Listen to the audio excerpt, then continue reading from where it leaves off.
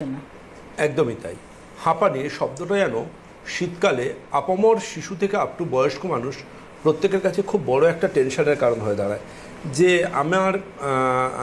আমি অ্যাজমা হয়ে গেছে, এবং as per medical science asthma কিন্তু ইনকুরেবল ডিজিজ। তাহলে অ্যাজমা একটা জার্নি। জানবেন কোনো বাচ্চা পৃথিবীর বুকে জন্মানোর সাথে সাথে হাঁপাতে শুরু করে না।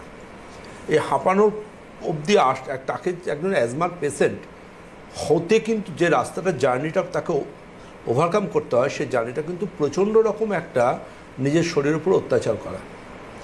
তিল থেকে তাল একটা কথা আছে, জানেন তো?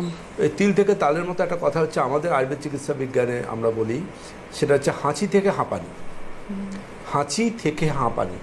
যদি কেউ লক্ষ্য করেন যে হ্যাঁ আমার সকালবেলা ঘুম থেকে ওঠার পর আমার কন্টিনিউ হাঁচি হচ্ছে, তিনি ভাবছেন যে হ্যাঁ আমার ঘুম থেকে উঠে কন্টিনিউ হাঁচি হচ্ছে, নাক দিয়ে একদম শ্রাবণের বৃষ্টির মতো নাক দিয়ে আমার সর্দি বেরিয়ে চলেছে পাতলা জলের মতো, তার সাথে নাক সরসর করছে, নাক চুল করছে, চোখ চুল করছে, আপনি কিন্তু নিশ্চিত থাকুন যে আপনি কিন্তু on the way.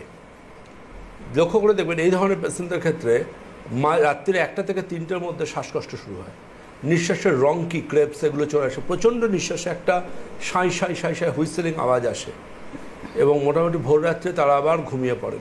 Oxygen saturation রাত্রের দিকে পড়তে থাকে। যদি স্লিপ অ্যাপনিয়ার টেন্ডেন্সি থাকে, নাক বন্ধ থাকে, বা সাইনোসাইটিসের মতো সমস্যা থাকে, সেক্ষেত্রে কিন্তু এই পেশেন্টরা আরও অনেক বেশি পরিমাণ ভোগেন।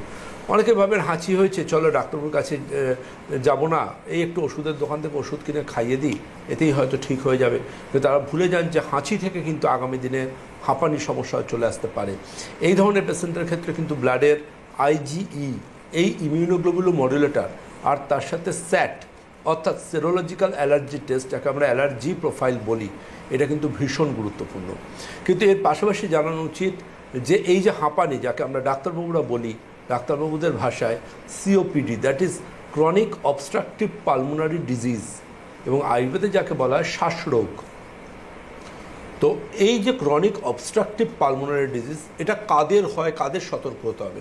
সব ক্ষেত্রে ক্লিনিকে পেশেন্ট এসে বলেন বেশিরভাগ ক্ষেত্রে, ডাক্তারবাবু আমাদের বংশগত হাঁপানির রোগ আছে, আমার দাদুর ছিল, বাবার ছিল, আমারও আছে। কিন্তু বলে রাখি, এই দাদুর ছিল, বাবার ছিল, বা আমারও আছে, বা মামার আছে, আমার আছে, পিসির ছিল, আমার আছে, কাকুর ছিল, আমার আছে, এই বংশগত কারণের বাইরেও কিন্তু আরও অনেক কারণ থাকে, যে কারণে এই অ্যাজমা বা হাঁচির সমস্যা শুধু নয়, এই COPDর মতো সমস্যা চলে আসতে পারে।